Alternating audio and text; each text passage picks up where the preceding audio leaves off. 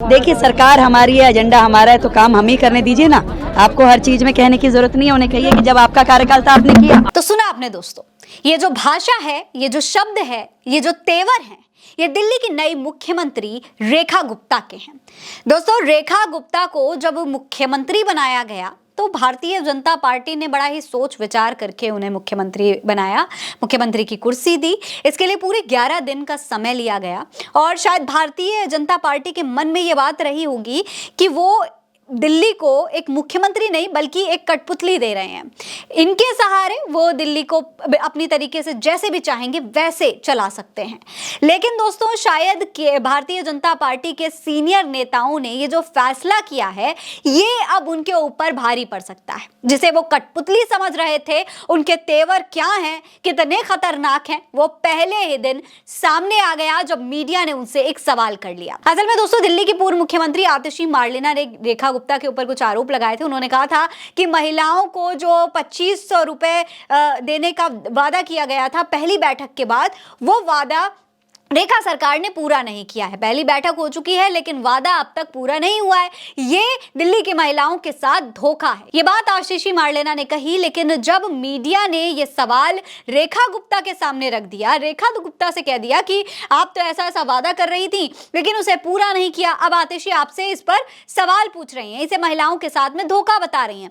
तो इस पर रेखा गुप्ता का जो जवाब था दोस्तों, वो सुनने लायक था। रेखा गुप्ता के चेहरे पर तो मुस्कान थी लेकिन तेवर एकदम तीखे थे। चेहरे पर मुस्कान रखकर किस तरीके से रेखा गुप्ता ने छुरी चलाई है, वो आपको सुनना चाहिए और समझना चाहिए। इस बयान में रेखा गुप्ता कहती हैं कि ये हमारा काम है, ये हमारा एजेंडा है और हम जैसे चाहेंगे वैसे चलाएंगे। आपको बताने की जरूरत नहीं है, आप हमें मत सिखाइए। आपकी जब सरकार थी आपने चला लिया, अब हमें जो करना होगा वो हम करेंगे। इस तरीके का जवाब रेखा गुप्ता ने दिया। दोस्तों, विपक्ष का काम होता है सरकार से सवाल करना, सवाल उठाना, पूछना और हिसाब मांगना, जनता से किए गए वादों के बारे में सवाल करना। लेकिन रेखा गुप्ता यहां पर अलग ही तेवर में नजर आ रही हैं। ऐसा लगता है कि मुख्यमंत्री बनकर उनका जो पारा है, उनका जो एटीट्यूड है, वो 7वें आसमान पर पहुंच चुका है। रेखा गुप्ता अब अपने आगे किसी को कुछ समझ ही नहीं रही हैं, ना विपक्ष को, ना मीडिया को, और आगे चलकर ये कहां तक जाएगा ये सोचने वाली बात है। क्या यही तेवर रेखा गुप्ता आगे चलकर अपनी ही सीनियर नेताओं को दिखाएंगी? क्या भाजपा के सीनियर लीडर्स को भी रेखा गुप्ता का यही एटीट्यूड देखने को मिलेगा? मुख्यमंत्री की कुर्सी पर बैठने के बाद अच्छों के तेवर बदल जाते हैं और जिस तरीके के रेखा के तेवर बदले हुए नजर आ रहे हैं, वो वाकई में सवाल करने वाला है। सवाल इसलिए भी है क्योंकि ये कोई नई बात नहीं है रेखा के लिए। उनका व्यवहार कैसा है, किस तरीके की भाषा उनकी है, कैसी भाषा पे वो बात करती हैं, किस तरीके से जवाब देती हैं, ये हर कोई जानता है। उनके पुराने ट्वीट्स की, उनके पुराने वीडियोस के बारे में एक खबर हम आपको कल भी दिखा चुके हैं। बताया था कि किस तरीके से रेखा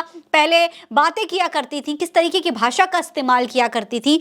मैंने आपको कल भी दिखाया था। अब आप एक बार फिर से इन ट्वीट्स पर जरा गौर करिए। ये पहला ट्वीट है जो कि उन्होंने अरविंद केजरीवाल को लेकर के किया था। इसमें वो लिखती हैं कि दिल्ली तेरे बाप की नहीं है जो तू यहां मुख्यमंत्री बनकर बकवास कर रहा है। दिल्ली जनता की हो और जनता ही तुझे तेरी मां की कोख में वापस भिजवाएगी, कमीना कहीं का। यह भाषा उन्होंने मुख्यमंत्री के लिए इस्तेमाल की थी, तब अरविंद केजरीवाल दिल्ली के मुख्यमंत्री हुआ करते थे। दूसरा ट्वीट देखिए। After coming back media asked Kejriwal, तुम्हें कैसे पता कि मोदी तुमको मारना चाहता है? केजरीवाल, मैंने मोदी को बाजार से लाल हिट खरीदते हुए देखा था। ये भी ट्वीट उन्होंने किया। ये अब जो नई मुख्यमंत्री हैं वो कभी ट्विटर पर ये ट्वीट किया करती थी।